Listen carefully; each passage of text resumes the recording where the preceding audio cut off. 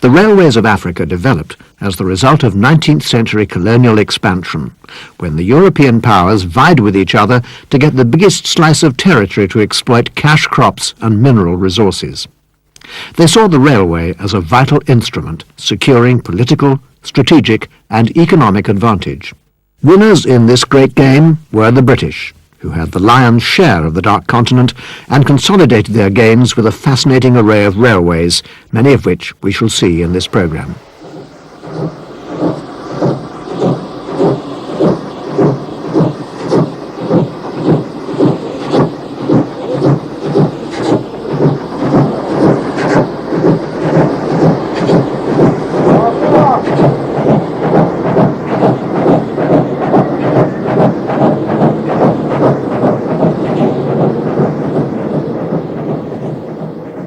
We shall look at African railways in the heyday of colonialism, and again in more recent times, just as the colonial era was ending, seeing how some railways had changed, while others seemed immune to the passage of time.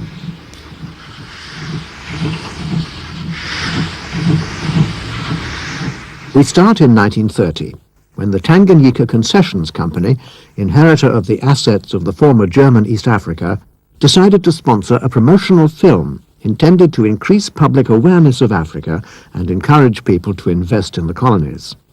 The economic growth thereby generated would help fulfill the company's great ambition to realize the dream of the late Cecil Rhodes by completing the Cape to Cairo railway.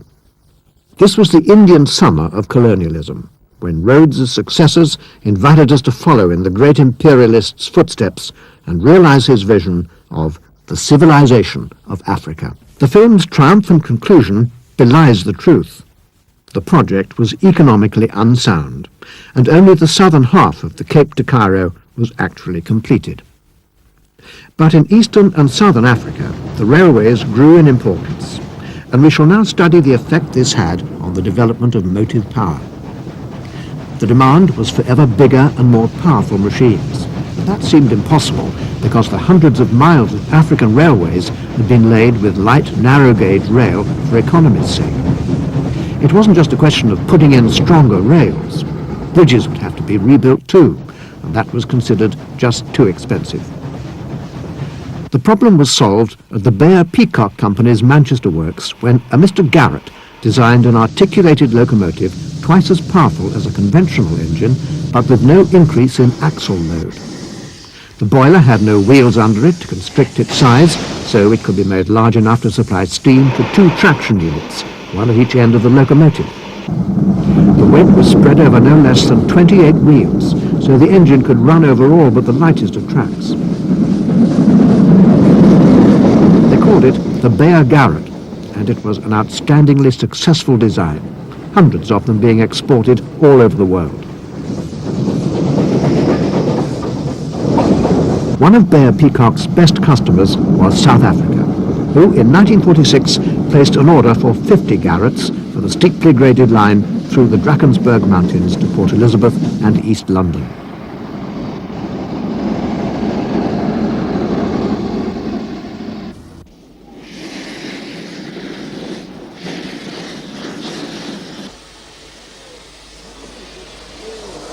These locomotives were built at the company's Gorton foundry in Manchester. When the first engine was ready, Beyer-Peacock invited the head of South African Railways to Gorton to see the first one off the production line.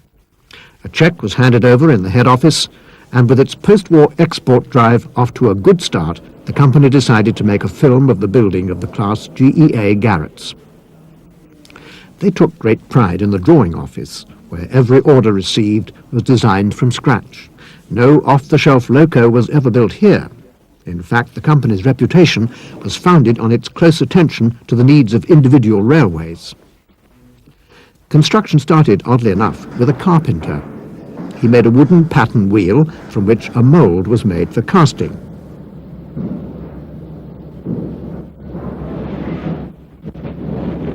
After being poured into the casing, the sand was packed tightly around the pattern wheel by continuous agitation to eliminate any air pockets.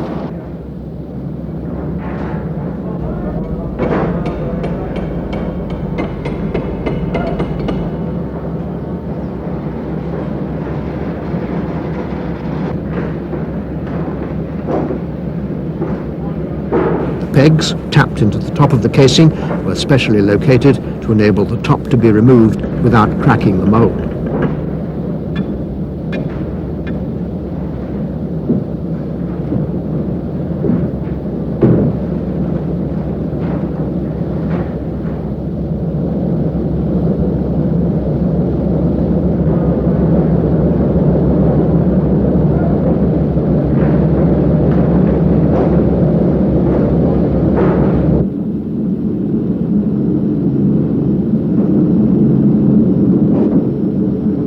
After casting, the wheel had the sand beaten off before being placed on a lathe for machining.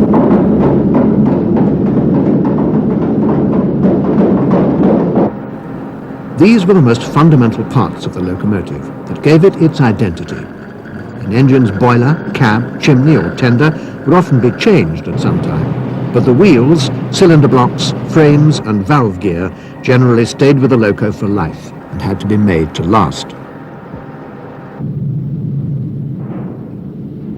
A mainframe section was now on its way from the furnace to the drop forge.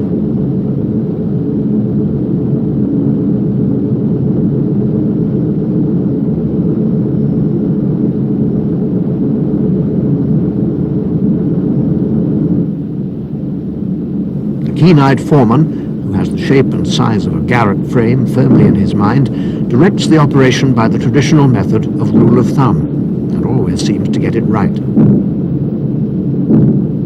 Boiler shop, heavy steel plate was being rolled to make the double-size Garratt boiler.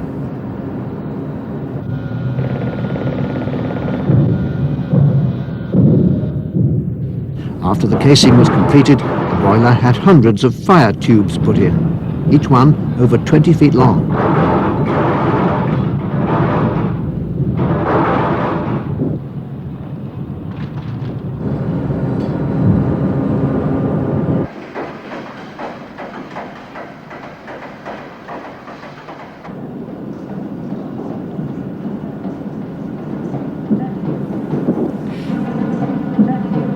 One of the most vital jobs in the erecting shop was the setting of the valve gear, which is often inaccessible once the locomotive is fully assembled.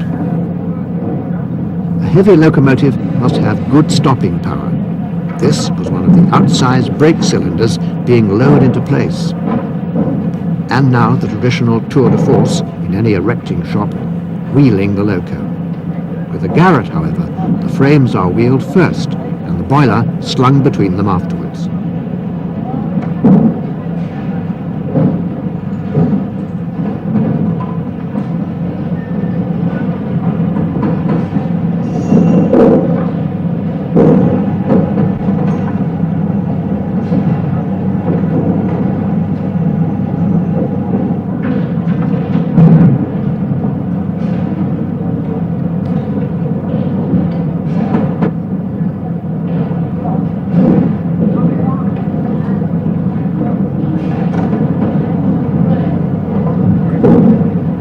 Both engine units were now ready, and the boiler and cab were then lowered into place.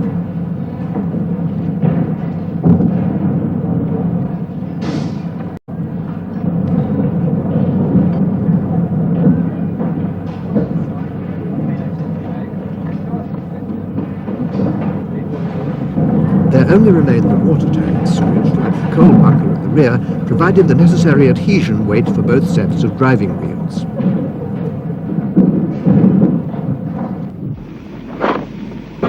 All was now set for a test steaming in the yard, on Manchester's only 3'6" gauge track and a trip round Gorton's special banked curve to check the articulation. The manufacture of Garratt locos continued at Gorton until 1960, and some of these engines are in service today, a tribute to the high standards of the Beyer-Peacock Company.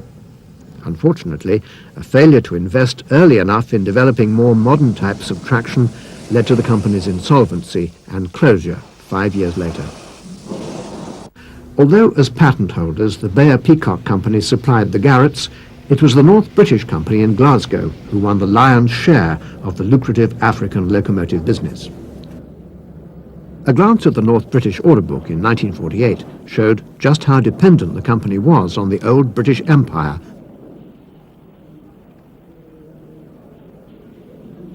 There was just one home order for an LNER K1 Type 260. Being prepared for shipment was one of the Nyasaland 282s, a standard colonial design supplied to several African countries. As it left the works by road, it was hauled, appropriately enough, by a steam traction engine. The people of Glasgow were accustomed to the sight of yet another North British locomotive crossing the Clyde on its way down to the docks, and a mysterious continent half a world away.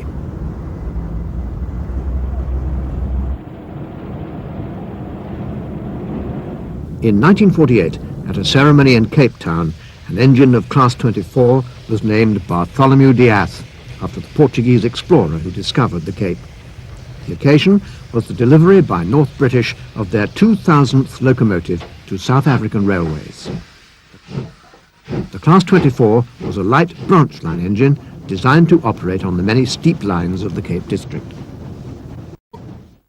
We shall now take a look at the southern part of the intended Cape to Cairo route as it existed in 1980, concentrating on the remaining areas of steam operation. In the Cape Town area, steam had nearly all gone, apart from a dozen or so old passenger engines kept for carriage shunting at the station.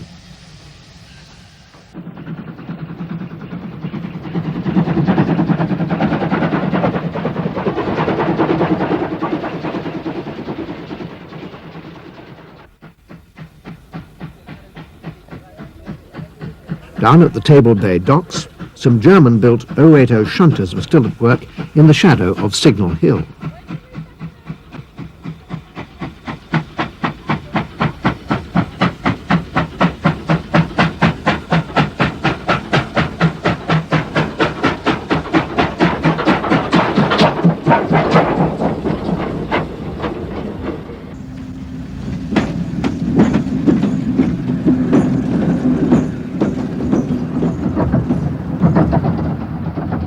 All the Cape Town lines have now been electrified, and one had to travel north over 100 miles to find a branch line that still had steam.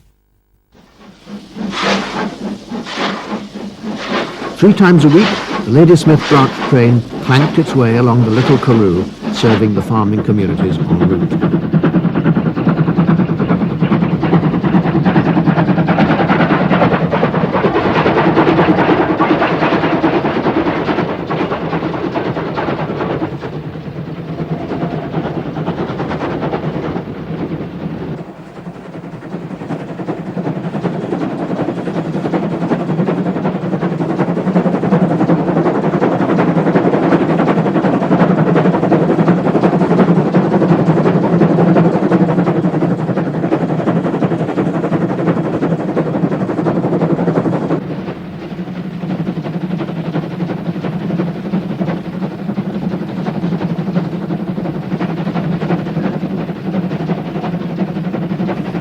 Terminus of this sleepy line, there was plenty of time to examine our locomotive, and it was no surprise to find it was one of the North British 2000, still in first-class condition.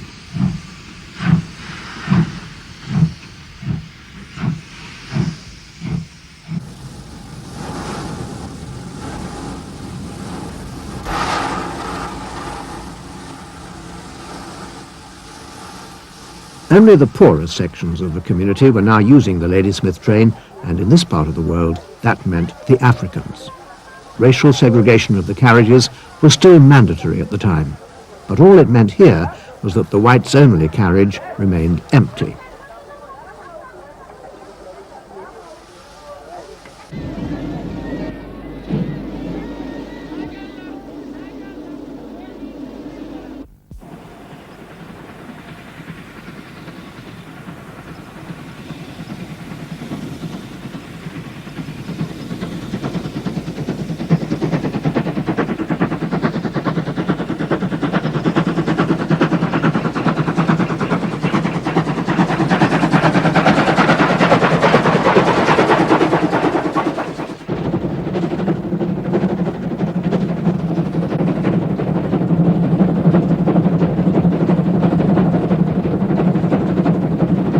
just after this film was taken, several miles of the track were washed away in flash floods following a week of severe storms. The cost of the repairs was considered too high, so the line was closed for good. Continuing on the main line north, we reached the Kimberley to De Aar section, one of the last main lines in South Africa to remain steam-worked.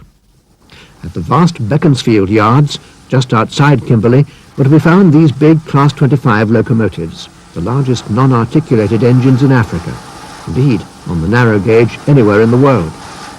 Weighing in at over 200 tons, these were some of the largest locomotives to come from the North British works. These versatile machines were equally at home on the Trans-Karoo Express, with its mile-a-minute timings, as they were on heavy freight. Beaconsfield Depot housed nearly 100 of them, and was a hive of activity at all times. The almost waterless semi-desert traversed by these engines required these exceptionally long tenders with a capacity of 11,000 gallons. Beaconsfield had a typical South African coal stage where a shunting engine took coal wagons up a ramp to the top of the loading chute where a large labour force was continually engaged in shoveling coal into the engines below.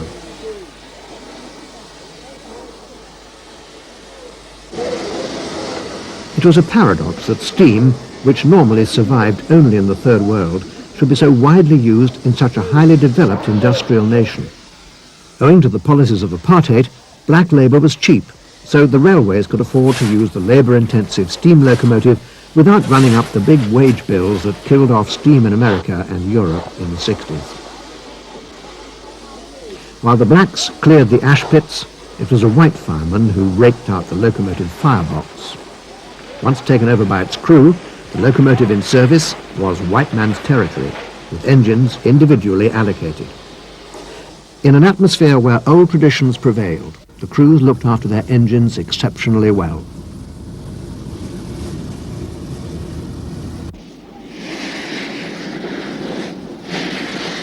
Many of them were unofficially named after drivers' wives or daughters, though the plates had to be taken off when the loco went to Capetown workshops for overhaul. Some older locomotives were still about, notably this old 12A class built in Britain in 1919. It was the shedmaster's pet and used for a bit of leisurely carriage shunting around De Aar.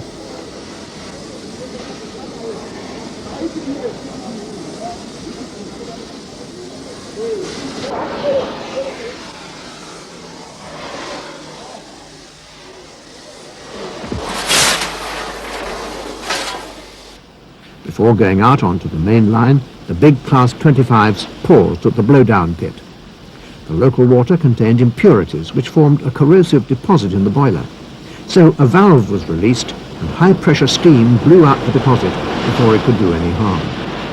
The blowdown pits were installed in built-up areas for safety reasons, as the procedure could be highly dangerous to yard workers if done anywhere at random.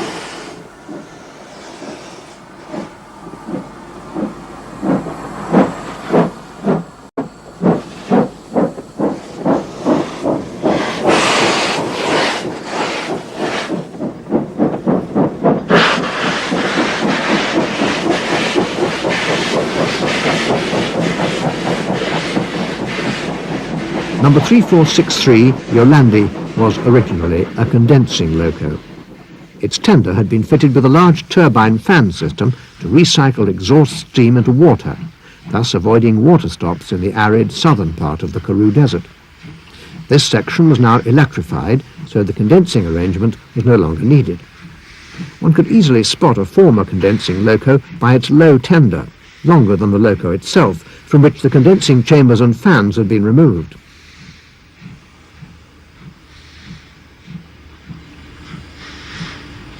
Proudly displaying its well-polished Glasgow Works plate, Yolandi waited at De Aar station to take its passenger train north. De Aar was the hub of the South African network, with lines radiating in all directions to Namibia, the Eastern Cape, Johannesburg and Cape Town.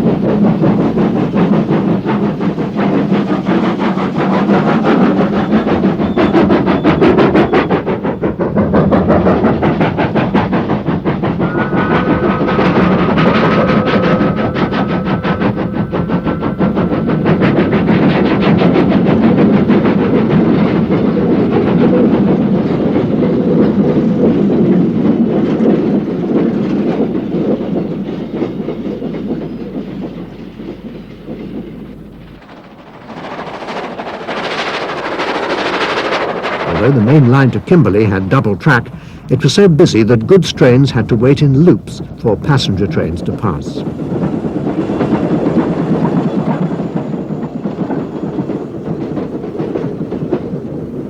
But it was the heavy freight trains that provided the real drama of South African steam, as the huge 25-class locos got into their stride and thundered across the desert, their echo heard for miles around.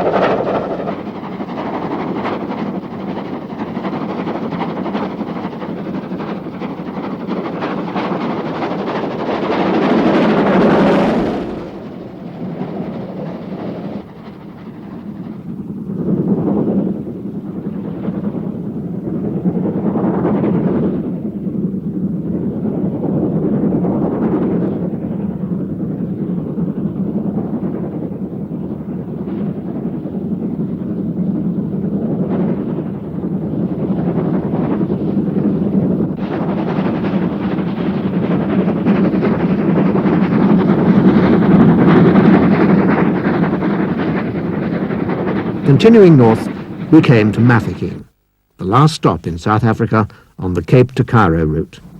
A South African Garratt of the GMA class, displaced by diesels from the Drakensberg mountain route, was caught on its way to Mafeking to be handed over on loan to Rhodesian Railways. Mafeking itself was the site of the famous Boer War siege in 1900, and all day long the old war cemetery echoed with the sound of steam on the railway alongside.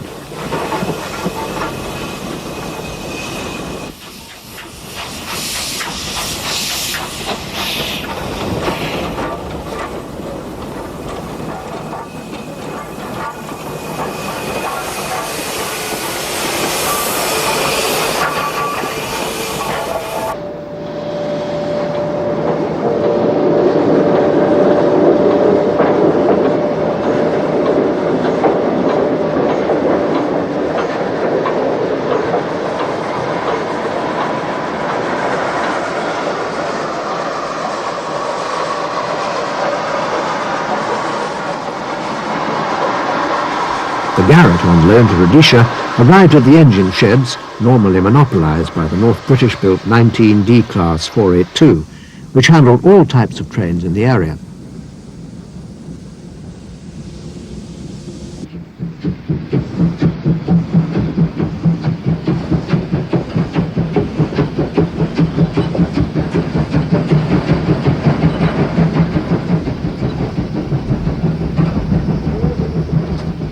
Surrounded by typical early morning activity, the 7 a.m. passenger train for Johannesburg was preparing to leave in the hands of another of the 19Ds.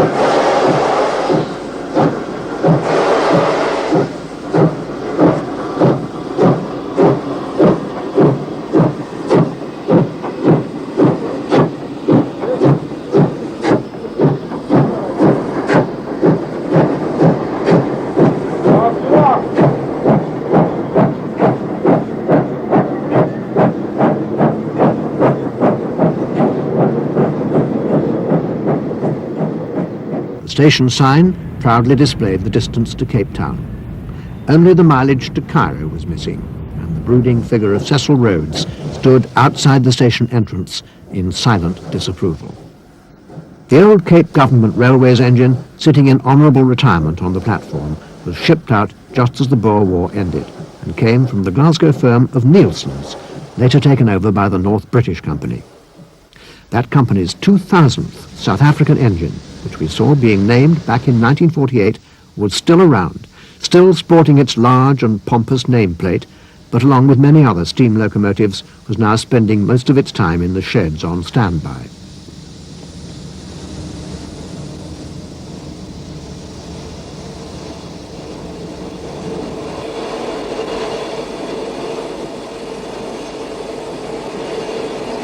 We shall now leave South African railways in its twilight of steam and journey north to Rhodesia, the present-day Zimbabwe. Rhodesia had been named after Cecil Rhodes, a rare accolade for an ordinary citizen. Rhodesia seemed set forever as the solid cornerstone of British Imperial Africa, but in the event lasted just 84 years. The sun may have gone down on Rhodesia and all that Cecil Rhodes stood for, but the railway system he created still flourished. At the vast Bulawayo locomotive yards, the rival of Beaconsfield in the south, over 100 Garratt articulated engines were still in service. International sanctions made it hard for Rhodesia to obtain diesel fuel, so they had to make the best use they could of locally produced coal. This meant a new lease of life for the steam fleet, as old engines were taken out of the scrap line and overhauled again. The sheds at Bulawayo became a steam buff's mecca, with an all-Garratt roster that was unique. One after another, in a seemingly endless procession, these kings of the Iron Road set out for their tours of duty on the main lines to Botswana, Salisbury, and the Victoria Falls.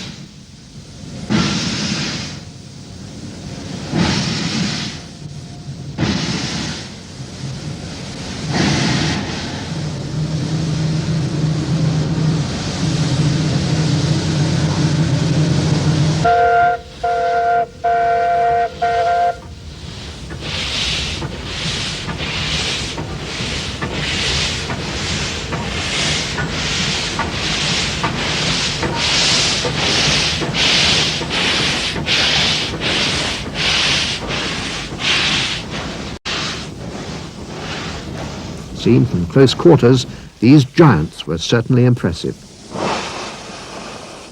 but risky for the cameraman. At the time we took these scenes, civil war was still raging in Rhodesia, with independence still 4 months away, and the guerrilla activity took its toll of the railways. Locomotives damaged due to sabotage were lined up awaiting repair, while the shortage of power was made up with engines on loan from South Africa. One of the GMA-class Garratts we saw passing through Mafeking was here in charge of the Victoria Falls passenger train.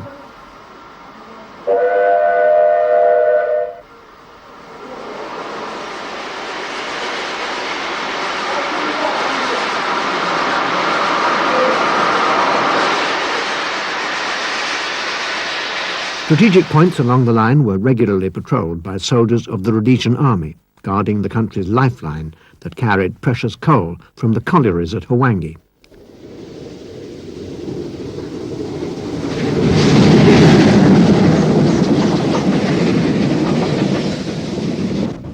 Every locomotive had armed protection, with a white officer on the footplate and soldiers posted along the train.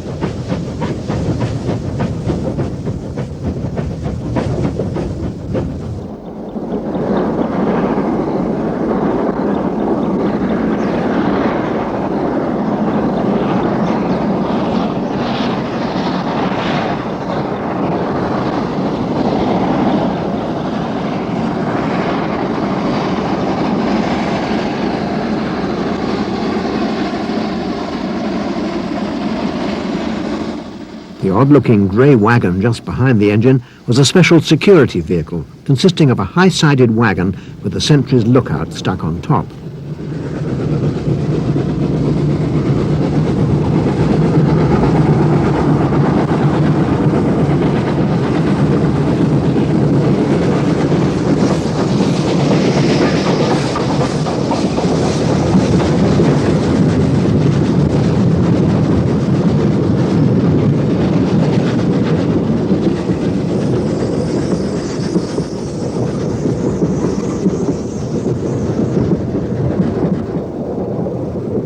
The daily passenger train stopped at Det, a major servicing point on the route to Victoria Falls. During the run-up to independence, the firemen on Rhodesian railways were black, and an increasing number of drivers too. The servicing at Det completed, the Garratt was now ready to leave, but first had to wait for the all clear from soldiers who had just completed a patrol of the line ahead. They then climbed aboard to be dropped off at the next station to repeat the patrol for following trains.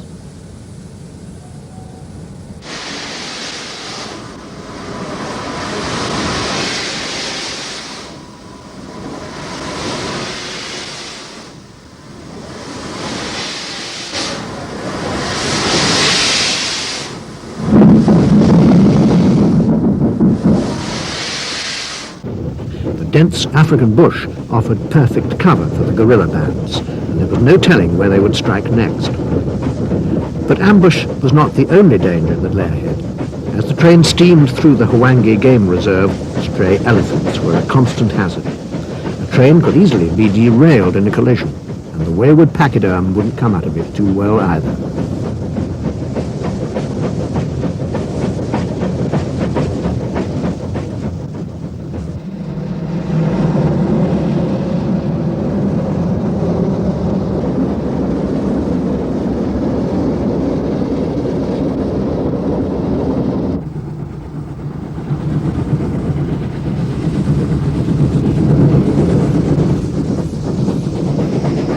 North of the game reserve, we came to the Hwange coalfields, where some of the finest quality coal in Africa is mined. The colliery company operates several mines over a large area of bush and runs its own private railway to serve them.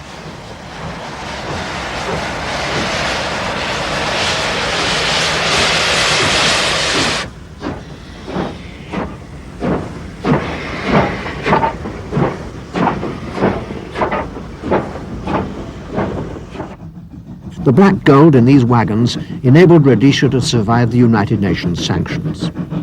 Hwange coal kept the power stations and the railways going, so the country always had a basic infrastructure it could depend on.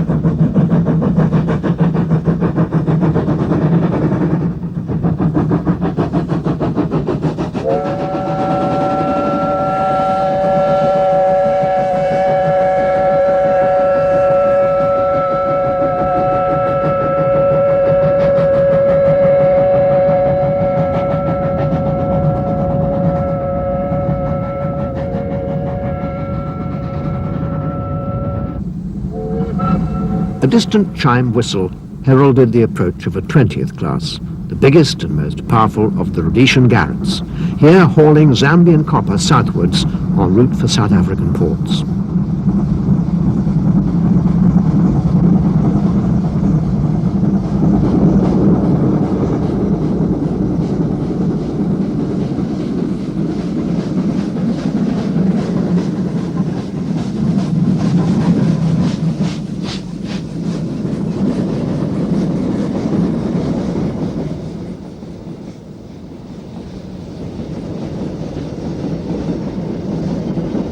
This was another borrowed South African Garratt setting out for Bulawayo with a 2,000-ton load of Hwange coal.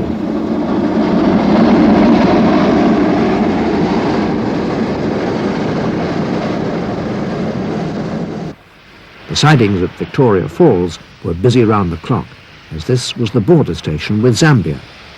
This locomotive was one of the 15th class, originally designed for passenger trains and nicknamed the Flying 15s. Although they could not take such heavy loads as the 20th class, they were much favoured by loco crews for their free running and a high maximum speed of 50 miles per hour.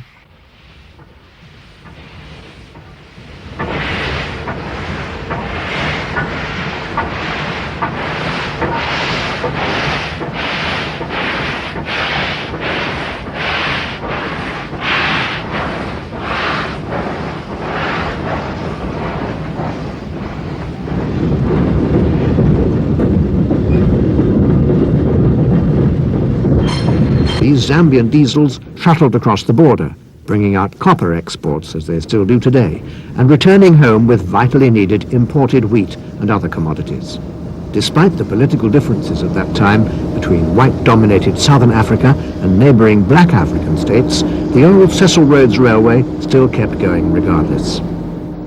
The famous Victoria Falls, which used to lie at the heart of Rhodesia, now formed the frontier with Zambia.